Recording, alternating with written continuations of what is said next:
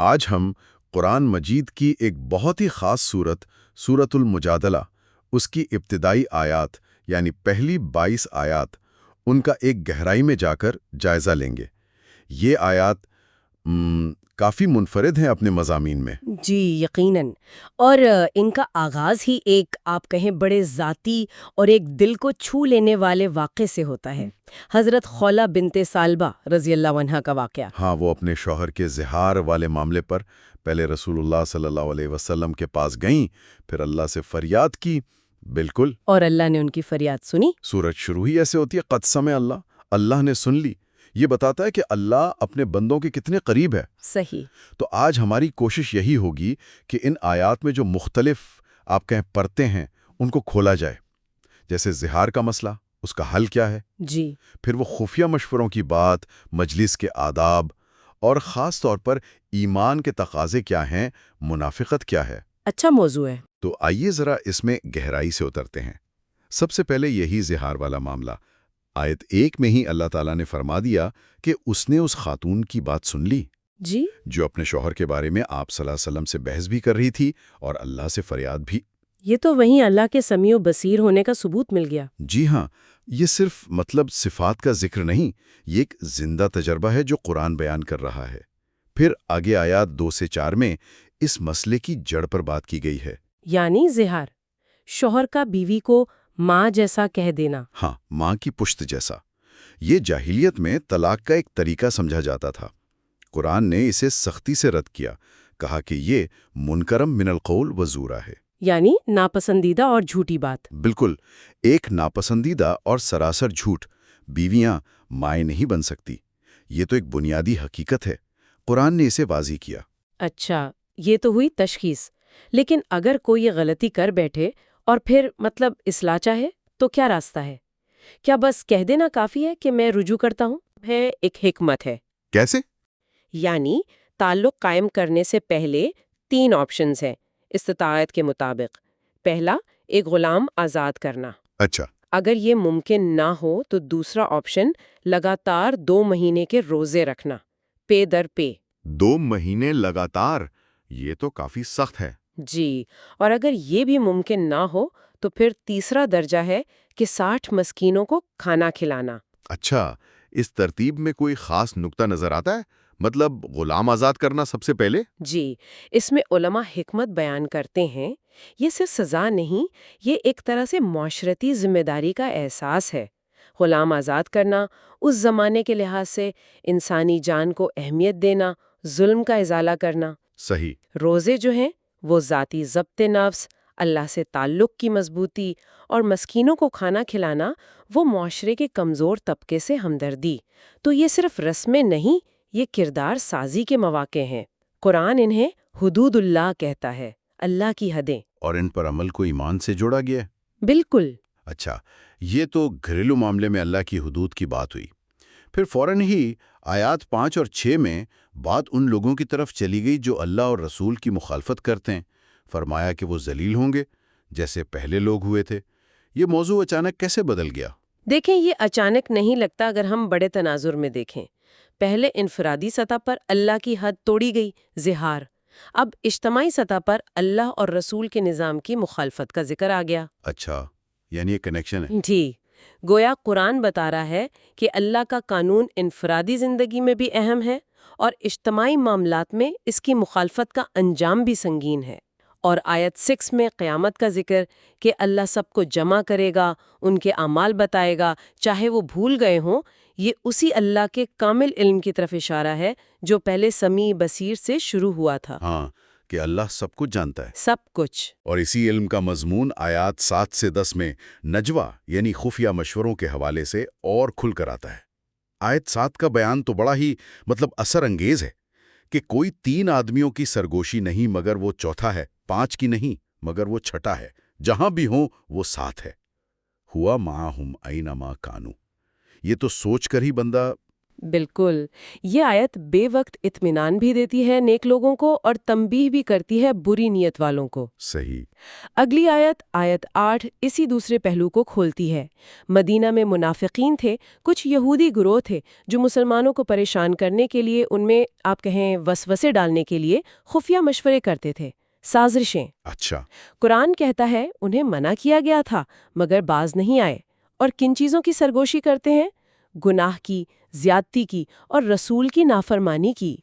ان کے سلام کرنے کے انداز کا بھی ذکر ہے نا، کہ الفاظ بگاڑ دیتے تھے۔ جی، وہ سلام کے بجائے بد دعا کا پہلو نکالتے تھے، اور دل میں کیا سوچتے تھے کہ بھئی اگر یہ واقعی نبی ہیں تو ہماری ان حرکتوں پر اللہ ہمیں پکڑتا کیوں نہیں؟ عجیب ٹھٹائی ہے یہ تو۔ جی، یہ منافقت کی نفسیات ہے، ظاہر کچھ باطن کچھ اور۔ اسی لیے آیت 9 میں اہل ایمان کو بالکل صاف ہدایت دی گئی، تم جب سرگوشی کرو تو گناہ، زیادتی، نافرمانی کی نہ کرو بلکہ نیکی اور تقوی کی۔ بالکل، نیکی اور تقوی کی۔ اصل چیز تقوی ہے، اللہ کا ڈر، کیونکہ جانا تو اسی کے پاس ہے۔ اور پھر آیت 10 میں کہا کہ یہ بری سرگوشیاں شیطان کی طرف سے ہیں مومنوں کو غمگین کرنے کے لیے، لیکن ساتھ ہی تسلی بھی ہے کہ اللہ کے اذن کے بغیر وہ نقصان نہیں پہنچا سکتے۔ تو اس کا کیا مطلب ہے؟ مومن فکر ہی نہ کریں۔ فکر نہ کرنے سے زیادہ اہم یہ ہے کہ ان سے ڈر کر اللہ پر توکل نہ چھوڑ دیں۔ آیت کے آخر میں کیا ہے؟ وَعَلَى اللَّهِ فَلْيَتَوَكَّلِ الْمُؤْمِنُونَ، مومنوں کو اللہ ہی پر بھروسہ رکھنا چاہیے۔ یعنی اپنی انرجی خوف میں ضائع نہ کریں، اللہ پر بھروسہ رکھیں، جی، اور مثبت کام کریں۔ یہ ایک طرح سے نفسیاتی مضبوطی کا سبق ہے۔ خفیہ مشوروں کے بعد آیت 11 میں ایک اور اجتماعی پہلو پر بات آئی ہے، مجلس کے آداب۔ کہا گیا ہے کہ جب کہا جائے مجلس میں جگہ کشادہ کرو تو کر دیا کرو، اللہ تمہارے لیے کشادگی پیدا فرمائے گا۔ یہ تو بڑی روزمرہ کی بات لگتی ہے، اس کی اتنی اہمیت؟ بہت زیادہ اہمیت ہے۔ یہ چھوٹی سی بات لگتی ہے لیکن یہ ایثار سکھاتی ہے، دوسروں کا خیال رکھنا، نظم و ضبط، جگہ دینا، صرف جسمانی جگہ نہیں، دل میں جگہ دینے کی طرف بھی اشارہ ہو سکتا ہے۔ اچھا۔ اور اسی آیت کا دوسرا حصہ، جب کہا جائے اٹھ جاؤ تو اٹھ جایا کرو، یہ بھی نظم و ضبط ہے، اجتماعی مصلحت کو ذاتی خواہش پر فوقیت دینا۔ اور اس کا انعام بھی بڑا بتایا گیا۔ جی، بہت بڑا۔ یرفع اللہ الذین آمنوا منکم والذین اوتوا العلم درجات، اللہ تم میں سے ایمان والوں اور علم والوں کے درجات بلند کرے گا۔ گویا ایمان اور علم کا تقاضا ہی یہ ہے کہ انسان میں یہ شعور ہو۔ صحیح۔ اس کے بعد آیات 12 اور 13 میں وہ خاص حکم ہے جو نبی اکرم صلی اللہ علیہ وسلم سے نجی بات چیت سے متعلق تھا۔ پہلے یہ حکم آیا کہ ایسی ملاقات سے پہلے کچھ صدقہ دیا جائے۔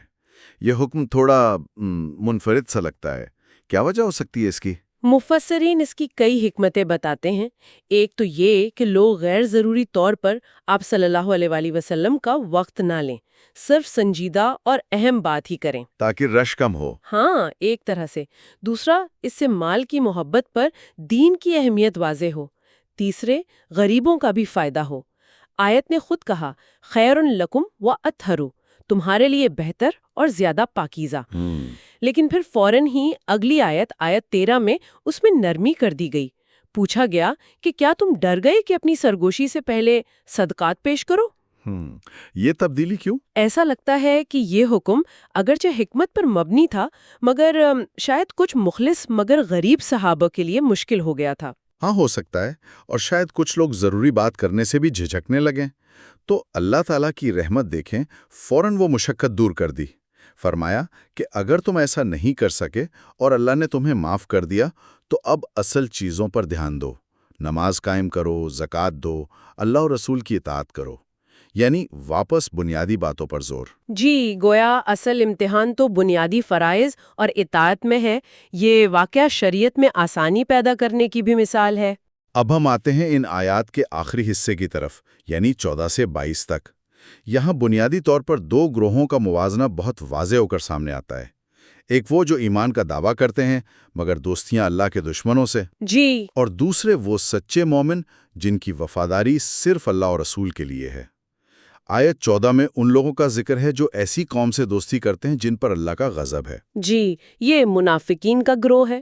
قرآن کہتا ہے ماہم منکم ولا منہم، وہ نہ تم میں سے ہے نہ ان میں سے، کسی کے سگے نہیں۔ بے پیندے کے لوٹے، یوں سمجھ لیں۔ اور ان کا ہتھیار جھوٹی قسمیں، وَيَحْلِفُونَ عَلَى الْكَذِبِ وَهُمْ يَعْلَمُونَ، جان بوجھ کر جھوٹی قسمیں کھاتے ہیں، انہیں ڈھال بنا کر اللہ کی راہ سے روکتے ہیں۔ اور ان کا انجام؟ آیات 15 سے 17 تک تو بہت سخت وعیدیں ہیں، شدید عذاب، مال اولاد کام نہیں آئیں گے، ہمیشہ کی جہنم۔ یہ ان کے عمل کی سنگینگی کو ظاہر کرتا ہے۔ بات صرف دوستی کی نہیں، یہ اللہ کے نظام کے مقابلے میں دشمن کا ساتھ دینا ہے۔ آیت 18 میں تو ان کی نفسیات کا اور بھی عجیب پہلو ہے کہ قیامت کے دن اللہ کے سامنے بھی قسمیں کھائیں گے۔ اللہ کے سامنے؟ جی، جیسے دنیا میں مسلمانوں کے سامنے کھاتے تھے، سمجھیں گے وہاں بھی کام چل جائے گا۔ قرآن کہتا ہے الا انہم ہم الکاذبون، خبردار، یقیناً وہی جھوٹے ہیں۔ یہ تو واقعی حیران کون ہے، آخر کوئی اللہ کے سامنے جھوٹ کیسے؟ اس کی وجہ کیا ہے؟ آیت 19 وجہ بتاتی ہے، استحوذ علیہم الشیطان فانساہم ذکر اللہ، ان پر شیطان پوری طرح چھا گیا تو اس نے انہیں اللہ کی یاد ہی بھلا دی۔ جب اللہ یاد نہ رہے تو پھر انسان کسی بھی پستی میں گر سکتا ہے۔ انہیں حزب الشیطان کہا گیا، شیطان کا گروہ، اور بتا دیا کہ خسارہ پانے والا گروہ یہی ہے۔ پھر آیات 20 اور 21 میں ایک فیصلہ کن بات کہی گئی ہے، جو اللہ اور رسول کی مخالفت کریں وہ سب سے زیادہ ذلیل ہیں، اور اللہ نے لکھ دیا ہے لا اغلبن انا ورسلی، میں اور میرے رسول ہی غالب رہیں گے۔ یہ تو بڑی تسلی کی بات ہے ایمان والوں کے لیے۔ یقیناً یہ اللہ کی سنت ہے، حق اور باطل کی جنگ میں آخری فتح حق کی ہی ہوتی ہے۔ اللہ قوی ہے، عزیز ہے۔ اب سوال یہ ہے کہ یہ غالب آنے والا گروہ کون ہے؟ حزب اللہ یعنی اللہ کا گروہ، اس کی پہچان کیا ہے؟ اور اس کا جواب آخری آیت 22 میں دیا گیا ہے، جو میرے خیال میں ان ساری آیات کا خلاصہ نچوڑ ہے۔ فرمایا کہ تم ایسی قوم نہیں پاؤ گے جو اللہ اور آخرت پر ایمان رکھتی ہو اور ساتھ ہی ان سے محبت بھی رکھے جو اللہ اور رسول کی مخالفت کرتے ہیں، چاہے وہ ان کے باپ، بیٹے، بھائی یا خاندان والے ہی کیوں نہ ہو۔ یہ ہے جی ایمان کا اصل معیار، اصل کسوٹی۔ اسے الولاء والبراء کا اصول کہتے ہیں۔